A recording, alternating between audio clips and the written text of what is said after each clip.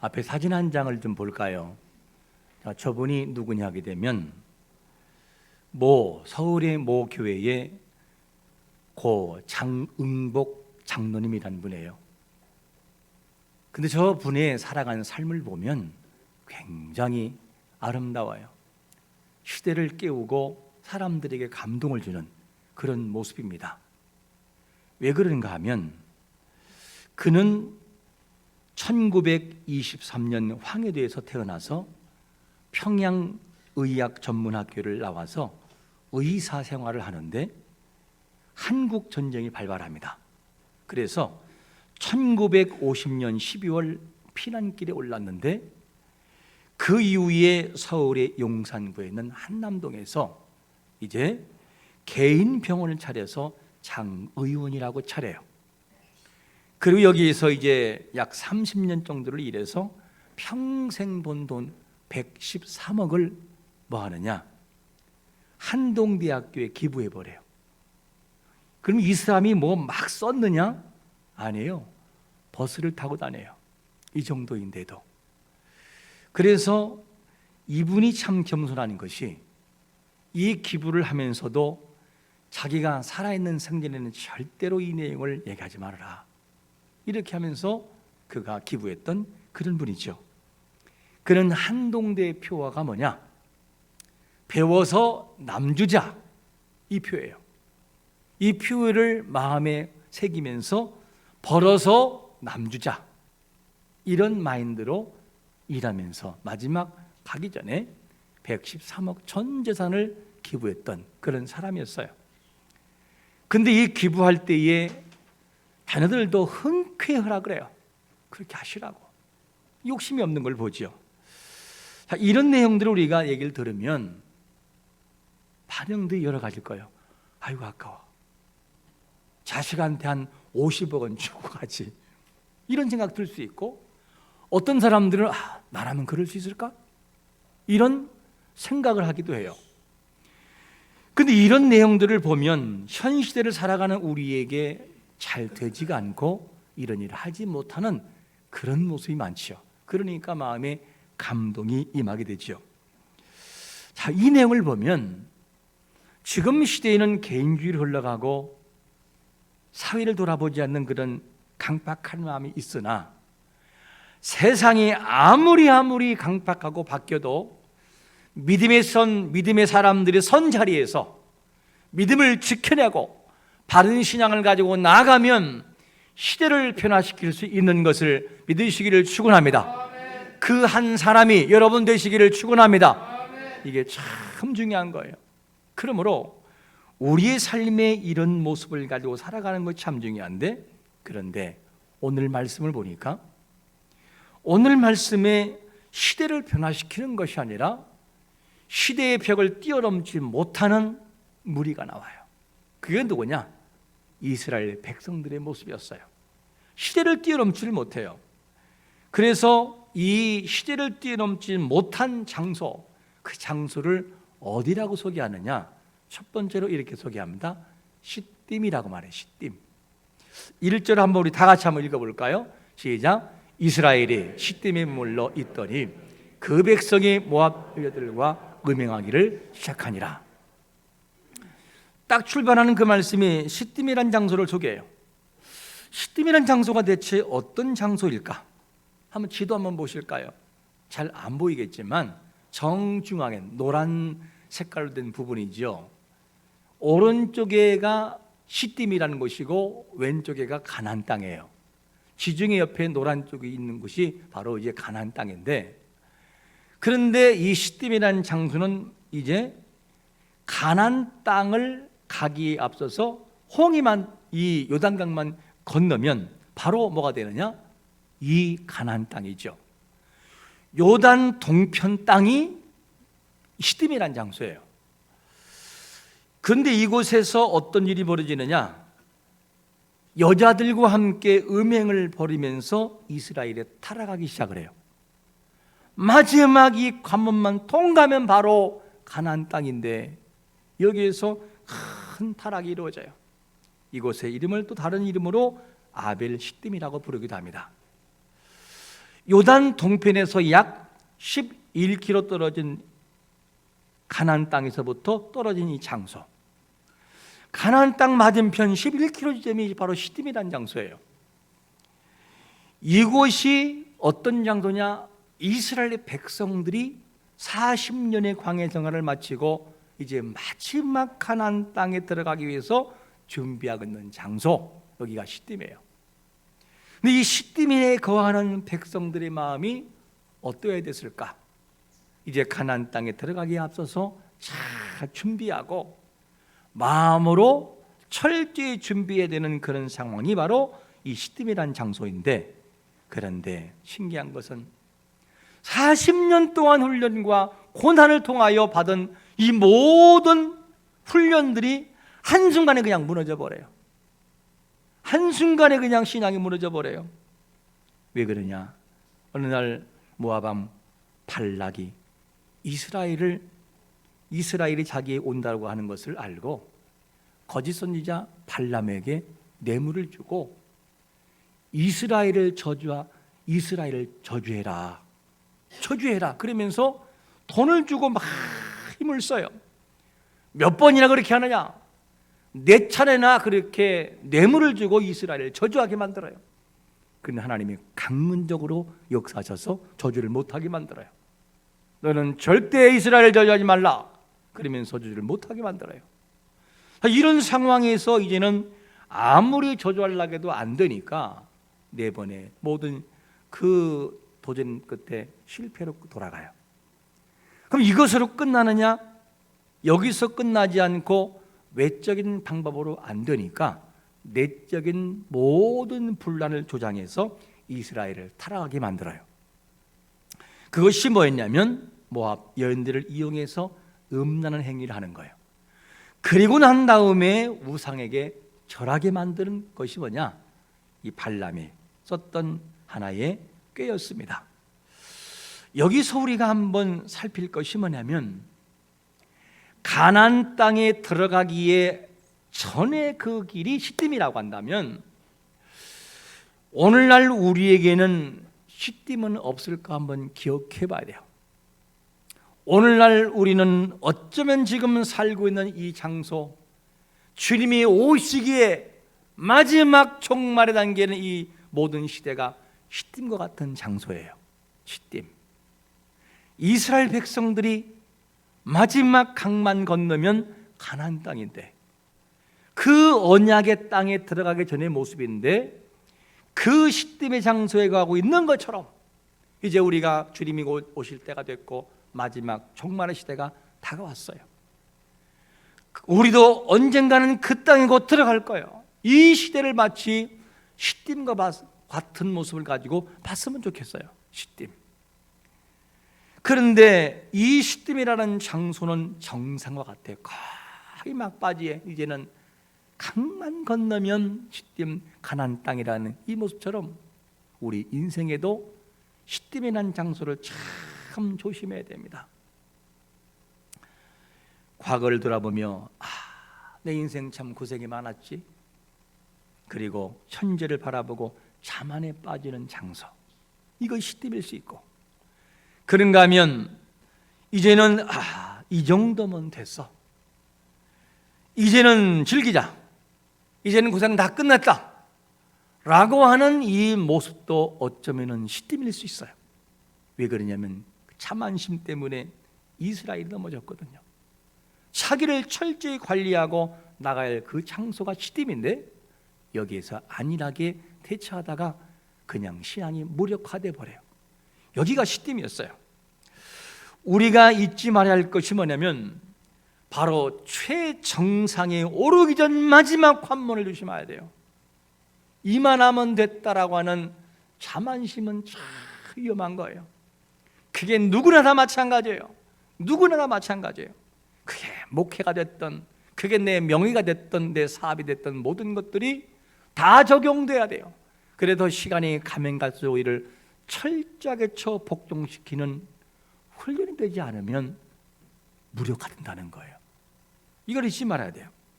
그래서 이 이스라엘 백성들이 시딤에서 무너져요. 시딤에서 미혹된 백성들이 음행 이후에 어떤 일을 했다고 증언하냐면 바로 본문 2절에 보니까 제가 한번 읽어볼게요. 그 여자들이 자기 신들에게 제사할 때에 이스라엘 백성을 청하매 백성이 먹고 그들의 신들에게 절했다. 이미 미혹이 된 상태에 있었어요. 뭐 이렇게 미혹된 상태니까 무상에게 절하게 하는 것은 식은죽 먹게 했었어요. 이것이 뭐냐? 백성들의 모습이었습니다. 참 사람은 간사합니다. 40년의 세월 그렇게 흘리는 독이 왔지만 잠시 방심하는 순간 한순간 그냥 무너진다는 거예요. 여러분, 우리가 어떤 위치에 있든 어떤 삶을 살아가든지 절대 방심하지 말고 철저하게 자기를 복종시키는 삶을 살아가시기를 축원합니다. 주님이 오시는 그날까지 이게 안 되면 우리를 지킬 수 없다는 거예요. 이거를 잊지 말아야 돼요. 현 시대를 살아가는 우리의 신앙을 흔드는 것이 무엇입니까? 무엇이 우리의 신앙을 흔들고 있는지, 수십 년을 지켜왔던 우리의 신앙을 무엇이 우리를 흔들고 있는지를 한번 곰곰이 생각해 봐야 돼요. 때로는 우리의 신앙의 문제가 경제적인 문제, 돈 문제 때문에 흔들릴 수가 있어요. 돈 문제를 일하면, 돈이라고 한다면, 경제라고 한다면 신앙쯤이야 잠시 뒤로 해도 문제되지 않는다. 신앙이야 나중에도 할 수 있는 것이니까. 이런 사고를 가지고 살아간다면 그 인생을 이미 시딤에서 무너지고 있는 거예요. 서서히 침몰하고 있는 것입니다. 아주 무서운 신앙이죠. 신앙은 오늘 여기에서의 이 자리를 지켜내지 못한다는 거예요. 이스라엘 백성들이 40년의 과정을 연단을 지켰는데 시딤에 잠시 머무는 그 자리에서 그냥 무력화되잖아요. 그러니까 하나님의 진노가 임하는 것을 봐요. 때로는 자녀가, 때로는 그 우리의 신앙을 병들게 할 수 있어요. 어떤 분들은 자녀의 미래를 위해서 신앙을 포기하는 분도 있어요. 왜? 상대 측에서 그렇게 요구한다는 거예요. 교회 나가는 사람은 싫다. 우리는 불교기 때문에, 무교기 때문에 기독교와 결혼하면 마찰이 있다. 그러니 안 나가면 결혼하고 나가면 결혼 안 하고, 이렇게 조건 때문에 그렇게 무력화시킨다는 거예요. 여러분, 자녀 때문에 신앙을 포기하는 신앙이 아니라 자녀를 바른 길에 세워놓으면 하나님이 책임지는 것을 믿으시기를 축원합니다. 신앙이 뒤바뀌어야죠. 그러면 신앙의 길을 떠난 백성들을 보신 하나님은 어떤 반응을 보일까 하는 거예요. 백성들이 시딤에서 무력화되고 무너졌어요. 이걸 보신 하나님이 뭐라고 하신지를 잘 보셔야 돼요. 두 번째로 이렇게 대처합니다. 태양신을 향하여 뭐 하라고요? 목매어달라. 지금은 굉장히 충격적인 말이지만 이때 하나님이 그냥 실물로 보여줘요. 본문 4절 제가 읽어볼게요. 여호와께서 모세에게 이르시되 백성의 수령들을 잡아 태양을 향하여 여호와 앞에 목매어 달라. 그리하면 여호와의 진노가 이스라엘에게서 뭐 한다고요? 떠난다는 거예요. 이야, 이 내용을 보면 하나님의 진노가 어느 정도인지를 알아요. 발람의 꾀의 미디안과 모압 여인들이 연합을 하여 뭐가 되느냐? 이스라엘을 타락하게 만들었어요. 하나님은 우상 숭배를 아주 싫어하셔요. 단호하게 하나님이 말씀하셔요. 우상에 대해서는. 이것이 하나님의 말씀이었어요. 통계를 보니, 조사한 통계들을 보니 기독교인 중에 4명 중 1명은 점을 본다. 그런 통계가 나오더라고요. 물론 통계이기 때문에 이 중에 4명 중에 1명이라는 말은 어울리지 않지만, 여기는 그런 사람이 없겠지만서도 그만큼 점을 많이 본다는 거예요. 근데 이것이 누구냐? 지금만 그러냐? 아니에요. 이스라엘 당시의 백성들의 모습이 이러했었어요. 어느 정도 타락을 하느냐? 아합과 이세벨 사이에 태어난 사람이 누구냐면 아하시야예요. 근데 이 아하시야가 어떻게 하느냐, 난간에서 떨어진 다음에 병들어요. 너무 힘들으니까 이 병이 나을지 안 나을지는 물어봐라. 이거를 묻는데 누구를 찾아가냐면 에그론의 신 바알세붑을 찾아가요. 찾아가는 걸 보고 하나님께서 사자를 보내서 뭐라고 하느냐, 이스라엘에 하나님이 없어서 바알세붑을 찾아가느냐, 그러면 책망의 막이 마요. 그래서 그 다음에 에그론에게 이 바알세붑을 찾아가는 그 사자에게 경고해요. 가서 전해라, 왕에게 말해라. 그러면서 이런 말을 던져요. 열왕기하 1장 4절에 보니까 이런 말씀합니다. 그러므로 여호와의 말씀이 내가 올라간 심상에서 뭐 한다고요? 내려오지 못할지라 내가 반드시 뭐하라? 죽으리라는 거예요. 이게 하나님의 말씀이었어요. 못 내려온다는 거, 이게 바로 엘리야를 입술을 통하여 사자에게 전한 말이었어요. 하나님은 우상을 참 싫어하셔요. 우상 숭배를 너무 싫어하셔요. 그런데 사람들은 우상 섬기는 것을 우습게 여겨요. 현 시대의 기독교인 중에 무속인을 찾아가고 무속인에게 묻는 사람들이 많다는 거예요. 어떤 목사님과 청년 사역을 하는 목사님과 우연히 대화를 하는데 이를 말합니다. 목사님, 요즘 청년들은요, 점 보는 것에 대해서 별로 죄악시하지 않습니다. 운세, 손금, 사주팔자 이런 것에 대해서 죄라고 생각 안 한다는 거예요. 왜냐? 그건 과학이고 통계지 죄가 아니라고, 이런 사고를 가지고 있다는 것이죠. 그래서 그렇게 한다는 거예요. 근데 무서운 게 뭔지 알아보면요, 어떤 무속인이나 어떤 점쟁이가 우리의 미래를 이야기하잖아요. 그게 그냥 꽂혀버려요. 그것이 사실이든 아니든지 간에 사람은 자기의 미래에 대해서 얘기를 하면 믿는 성향이 있어요. 이게 사람의 심리예요. 예를 하나 들어볼까요? 제가 후방지역 32사 신병교육대 초청에 제가 근무했어요. 30개월 동안 저는 조교 생활하면서 사회에 들어온 사람들을 훈련시키는, 가르치는 사역을 했었어요.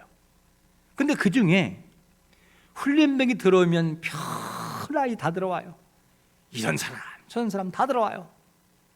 근데 그 중에 누가 들어오느냐, 약 무속인에 가까운 한 청년이 들어왔어요. 그리고 이 애들을 손금을 봐주고 뭐 예언을 해주고 이러면서 그러고 다니는 거였어요. 어느 날 입고 있는데 찾아왔어요. 네 반장님, 손 좀 잠깐 보실까요? 왜? 그런 사이에 손을 당겨가지고 보더니만 고개를 저으면서 이름을 잘못 줬어요. 그러는 거예요. 내 이름이 잘못 줬다. 그래서 네오 반장님은 삐그덕거린다는 거예요. 살아가는 삶이. 그 제가 뭐라고 했을까요? 그 당시 그대로 얀마! 이랬어요. 제가 그대로 말하면은. 왜 조교가 훈련병들한테 못하겠어요? 내 이름이 뭐가 잘못돼서 그냥 막 혼냈겠어. 다시는 절대 그런 걸 보고 다니지 말라고. 그리고 이제 삶을 지냈지요. 근데 신기한 것이 뭔지 알아요? 뭐를 하다가 삐그덕거리면 뭐 때문에 그렇다고요? 이름을 잘못해서 그렇다는, 믿어서가 아니고 그 말이 생각이 나요. 와, 신기하더라고. 이게요, 너무너무 신기했어요. 그래서 믿는 것도 아니고 기독교인인데도 뭐가 되느냐, 그 한 말이 파고들어요. 그리고 뭐만 할 때마다 그 생각이 나는 거예요. 삐그덕거리면. 이게 뭐냐, 미래에 대한, 사람들에게 대한 인간의 반응이에요. 그래서 제가 무속인의 말을 들을 수 있나요? 믿음으로 내 이름을 다시 한번 해석을 해보자. 스스로 해석했어요. 제 이름을 가지고 한문을 가지고 풀어봤어요. 혹시 제 이름 모르시는 분 있을까 봐 말하는데, 제 이름은 서규광입니다. 예, 모르시는 분 있어요. 실제로 어떤 분 집사님도 목사님 이름 서규광이었어요? 그러더라고요. 그래서 제가 이름을 물어봤어요. 제 이름은 서자는 천천할 서, 급하지 않고 천천히 뭐가 된다, 이런 뜻이 있죠. 규자는 왕이 가진 지휘봉 홀규자예요. 광자는 빛광자예요. 이 말을 풀어보면 왕이 가진 홀이 천천히 빛난다. 대체 이것처럼 좋은 이름이 어디 있어요? 무속인이 뜻보다 훨씬 낫지요. 여러분, 이름 가지고 내 미래에 대해서 점치는 거 하나님이 기뻐하잖아요. 우리의 생사는 하나님이 결정하시는 것을 믿으시기를 축원합니다. 하나님이 하시는 거지 어찌 무속인이 감이나 이름 가지고 사람을 힘들게 하고 미혹합니까? 그런데 여러분 보세요. 하나님은 이 우상 숭배, 무속, 무당들을 아주 싫어하셔요. 그래서 우리가 살아가는 인생 속에서 잘 몰라서, 그리고 믿음이 없어서 혹이라도 점을 보거나 찾아가서 그런 일을 행한 일이 있다면 하나님께 진솔하게 회개하셔야 돼요. 하나님, 죄송합니다. 제가 믿음이 없어서 잘 몰라서 그런 일 했습니다. 하나님 죄송합니다 하고 회개하셔야 됩니다. 여러분, 지금까지 점 본 거, 무당 찾아가고 무속인 찾아간 사람이 있다면 하나님 앞에 철저하게 회개하시기를 축원합니다. 하나님이 그걸 기뻐하셔요. 이런 걸 안 기뻐하셔요, 하나님이. 그런데 이 모압 여인들은 술수를 써서 육체적인 음란 행위를 통하여 백성들을 우상에게 절하게 만들었어요. 이 모습을 보시는 하나님께서 진노를 하셔서 그들을 징계하는 것을 봅니다. 그러면 이것이 이 가나안 땅에 들어갈 백성들의 그 모습만 그러냐? 아니요. 가나안 땅에 들어간 이후에 나라가 안정이 되고, 그리고 정착한 이후에 이스라엘 백성 예루살렘의 성전에서 무슨 일이 벌어지느냐? 상상도 못할 일이 벌어져요. 이것을 하나님께서 에스겔 선지자를 통하여 환상 가운데 보여주어요. 뭘 보여주느냐? 이런 일이 보여져요. 태양신을 향해서 제사하는 걸 보여줘요. 그 내용이 에스겔 8장 16절, 우리 한번 같이 읽어볼까요? 시작. 그가 또 나를 데리고 여호와의 성전 안뜰에 들어가시니, 보라, 여호와의 성전 문 곧 현관과 제단 사이에서 약 25명이 여호와의 성전을 등지고 낯을 동쪽으로 향하여 동쪽, 이런 일이 벌어져요. 하나님 백성이 이런 일이 벌어져요. 이것이 타락한 이스라엘 백성들의 모습이었어요. 현 시대를 살아가는 우리의 모습은 어떨까? 공개적으로 가서 절을 하진 않아요. 그러나 우리의 마음 중심에는 생사를 결정하시는 하나님의 말씀보다 그런 잘못된 것에 우리가 휘두를 때가 많아요. 여러분, 우리의 모든 삶은 오직 하나님이 결정하시는 것을 믿으시기를 축원합니다. 그 하나님을 향해 나가는 신앙을 가져야만 돼요. 이 우상의 절하는 것을 보고, 마음 빼앗긴 것을 보고 하나님께서 대표들을 징계하셔요. 수령들, 지금으로 다른 말로 말하면 천부장, 백부장, 50부장, 그리고 10부장들을 어떻게 합니까? 대표들 데려와라. 그리고 난 다음에 태양을 향해서 몸에 달아 죽이라는 거예요. 자, 개역 성경에 보면 뭐라고 되어 있느냐? 여호와께서 모세에게 이르시되 백성의 수령들을 잡아 태양을 향하여 여호와 앞에서 목을 메어 달라, 이렇게 되어 있어요. 근데 이것이 원문에서 조금 더 보강한다면 어떻게 되느냐? 이렇게 해석하는 것이 더 원문에 가까워요. 백성의 수령들을 잡아 보란 듯이 여호와 앞에 목 메어 달라. 보란 듯이. 왜 그러냐? 목을 메어 다를 때 그냥 백성들이 보는 공개 처형의 모습이 아니라 태양이 보는 앞에서 보란 듯이 말은 무슨 말이냐면, 죄를 지은 수령들의 목을 다룰 때 만약에 태양신이 진짜 하나님이면 자기를 섬기는 사람을 죽지 않게 할 것이다. 그렇기 때문에 그 보란 듯이 그 앞에서 목매달라. 그러나 그 태양신이 목매다는 것을 말리지 못한다면 그 신은 죽은 신이고 신도 아니고 우상에 불과하다. 이거를 백성들에게 보여주는 거예요. 이래서 이렇게 하나님께서 그 앞에서 실제로 목을 달게 하는 것을 보게 됩니다. 우리는 삶의 현장에서 하나님을 시험할 때가 많아요. 참 시험할 때가 많아요. 위급한 상황에 도달할 때 하나님을 잊고 살아갈 때가 많아요. 하나님을 의지하지 않고 다른 것을 의지할 때가 있습니다. 하나님이 정말 그렇게 해주실까? 의심할 때가 있어요. 이런 자를 향해서 야고보 기자는 뭐라고 하느냐? 두 마음을 품은 사람은 정함이 없다. 즉, 두 마음을 품으면 절대 안 된다는 거예요. 여러분, 하나님을 의심하지 말고 하나님을 절대적으로 믿는 자가 되시기를 축원합니다. 믿어야 돼요. 본문에 등장하는 백성들이 거한 장소는 가나안 땅 바로 들어가기 전이었던 시딤이라는 장소예요. 이 시딤이라는 장소에서 내적인 갈등을 통하여 백성들의 신앙을 흔들고 무력화시켜요. 그래야 그들이 타락할 수 있으니까. 이것이 사단의 전략이었습니다. 이 내용을 통하여 하나님께서 그들을 징계할 수밖에 없었어요. 우리가 선 시대는 어떤 시대일까? 바로 시딤과 같은 장소예요. 곧 하나님 나라에 들어갈 거룩한 백성들이 선 이 시대, 이 자리가 시딤의 자리예요.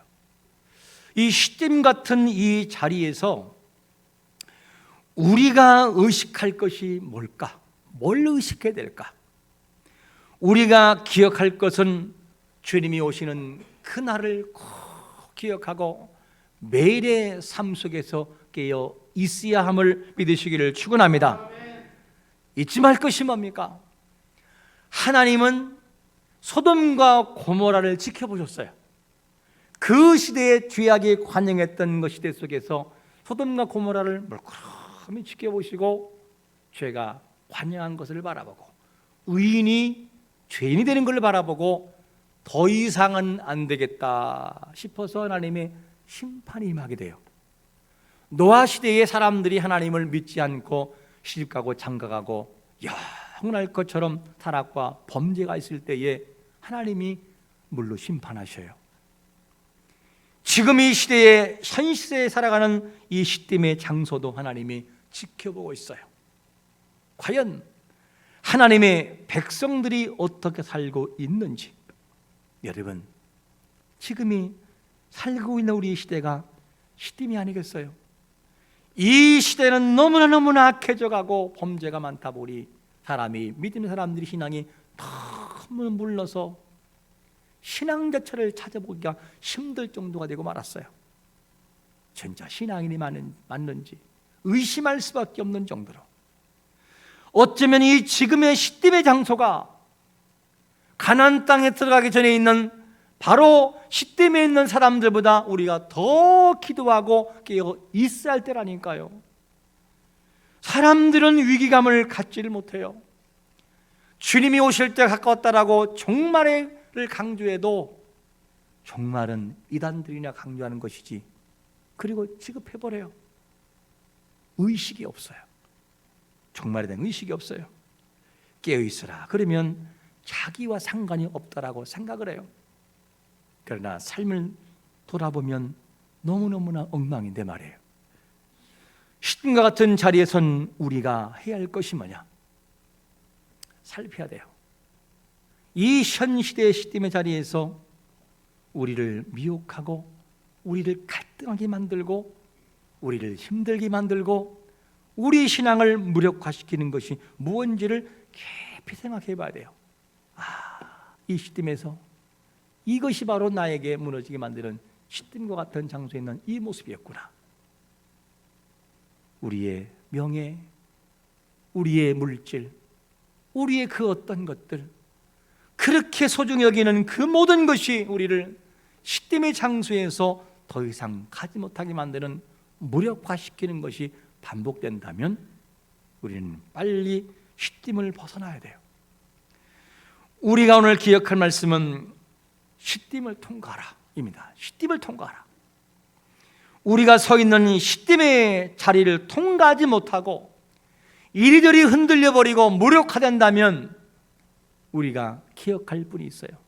누굴 기억하느냐? 우리 이 땅에 파송하신 하나님 아버지를 기억해야 돼요. 우리를 믿어서 이 땅에 보내시고 물끄러미 바라보시고 우리 자신만 바라봐도 기쁨을 이기지 못하는 하나님의 기쁨을 우리의 살아가는 삶에서 흔들리는 모습을 통해서 하나님을 슬프게 만든다면 얼마나 하나님 마음이 아플까? 나의 모든 죄악을 묻지 않고 대신 십자가를 지시고 짊어져 죽으시면서 죽음의 길을 가기 위해서 골고다의 언덕을 걸어가신 주님의 그 피 묻은 발자국에서 그분이 우리의 모습을 바라보신다면 뭐라고 하실까? 우리의 무너지는 신앙, 우리의 얄팍한 신앙, 우리의 무력화되는 신앙을 바라보고 우리 주님이 십자가상 우리를 물끄러미 바라보실 때 어떤 마음일까? 어떤 마음일까? 주님의 마음이 얼마나 마음이 아플까를 한번 기억해 보셔야 돼요. 이거를 기억하면서 그 하나님 아버지의 사랑, 우리를 향한 깊은 사랑을 기억하고 현 시대의 시딤의 자리에서 우리를 어떤 것으로 미혹하고 흔들어 놓아도 이 현 시대의 시딤을 통과하여 하나님을 찬양할 수 있는 십자가의 군사가 되시기를 예수 그리스도의 이름으로 축원합니다. 아멘.